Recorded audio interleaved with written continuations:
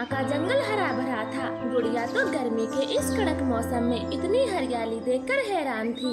मम्मा, मामा का जंगल देखकर बिल्कुल नहीं लगता यहाँ जरा सी भी गर्मी पड़ती होगी। गुड़िया बेटी, तभी तो यहाँ आए हैं जहाँ हर मौसम बरसात होती है। अब जल्दी जल्दी चले, हो सकता है घर पहुँचने से पहले ही बारिश शुरू हो जाए। फिर वो दोनों जल्दी जल्दी उड़ती है और अपने भैया के घर पहुँच जाती है। मामा की पत्नी तो बहुत गुस्से वाली थी। वो रानो चिड़िया का अपने घर आना बिल्कुल भी पसंद नहीं करती। चंदू जी, कह देना अपनी बहन से यहाँ ज्यादा दिन रुकने का ना सोचे। इस बारिश से मैं पहले ही परेशान रहती हूँ। ठीक है, मैं कह दूंगा, लेकिन अभी तो उसके पास बैठो, वो अभी अभी आए हैं। फिर रानो का भाई उन दोनों के खाने के लिए तरबूज लाता है। वो दोनों माँ बेटी तरबूज खाती हैं। मामा जी, हमारे जंगल में तो आग बरस रही है, गरम गरम लू चल रही है, इसलिए हम गर्मी बिताने यहाँ आए हैं, जहाँ का मौसम बहुत अच्छा है। हाँ भाई, जब से छुट्टियाँ पड़ी है, गुड़िया जिद कर रही थी। अब तो आप खुश होना,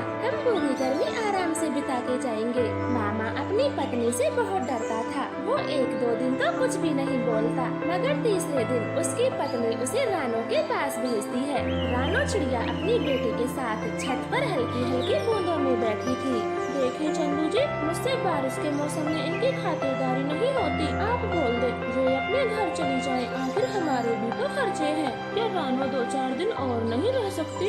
मैंने कहा ना, अभी जाकर बोल के आओ, वरना मैं चली जाऊंगी। रहना अपनी बहन के साथ। अपनी पत्नी की ये बात सुनकर रानो का भाई उनके पास जाता है और बात को घुमाते हुए उन्हें जाने को बोलता है। रानो बहन, तुम्हारी भाभी अकेली है, वो हम सबका खाना पीना नहीं संभाल पा रही, आपको अपने घर जाना चाहिए। ऐसे बोलकर गुड़िया का मामा वहाँ से चला जाता है। रानो चिड़िया तो हैरान थी। मम्मा, क्या हमें फिर से गर्मी के जंगल में जाना होगा? क्या हम और नहीं रह सकते? नहीं नहीं गुड़िया, मैं सामान लाती हूँ, अब हमें निकलना होगा। आप भी अपना सारा सामान बांध ले। नहीं माँ, हम यहीं रहेंगे, यहाँ कितना सुकून है। मैं नहीं जाऊँगी, आप ही चले जाओ, मैं मामा के पास रहूँगी। गुड़िया बेटी, जब मामा की शादी नहीं हुई थी तब अलग बात थी, लेकिन अब हम यहाँ और नहीं रुक सकते। आप जल्दी जल्दी तैयारी करें। ऐसे मम्मा बेटी अपना अपना सामान बांधती है और रानो चिड़िया अपनी भाभी से बोलती है, अच्छा भाभी, अब मैं चलती हूँ, अपना ख्याल रखना। रानो की भाभी तो मुँह फेर लेती है। उसका भाई उन्हें बाहर तक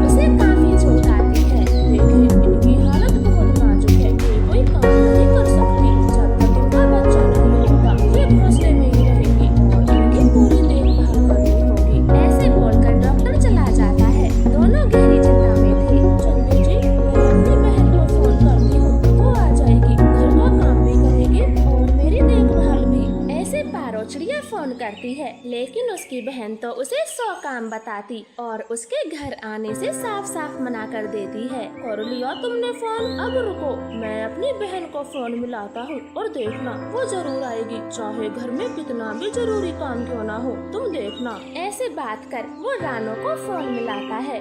रानो अपनी भाभी की ये बात सुनकर घबरा जाती है। वो सुबह होते ही उनके जंगल पहुंच जाती है। भाभी आप ठीक तो हो ना? ऐसी हालत में ध्यान रखना चाहिए था, ज्यादा चोट तो नहीं लगी?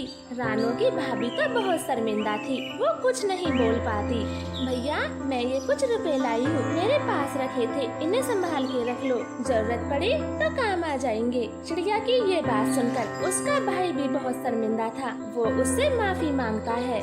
रानो बहन मुझे माफ कर दो, जो पारो के कहने से मैंने आपके साथ बुरा व्यवहार किया और इसकी बात मानी। हाँ रानो दीदी मुझे भी माफ कर दे, मैं अपने किए पर बहुत शर्मिंदा हूँ, कृपया मुझे माफ कर दे। अरे रे मैं आपसे नाराज ही कब थी जो माफ कर दूं? भला अपनों से भी कोई नाराज होता है? थोड़ी नोक झोंक तो सब में हो जाती है, मैं तो वो सब कब का भूल गई। चलो अब मैं सबके लिए खाना बनाती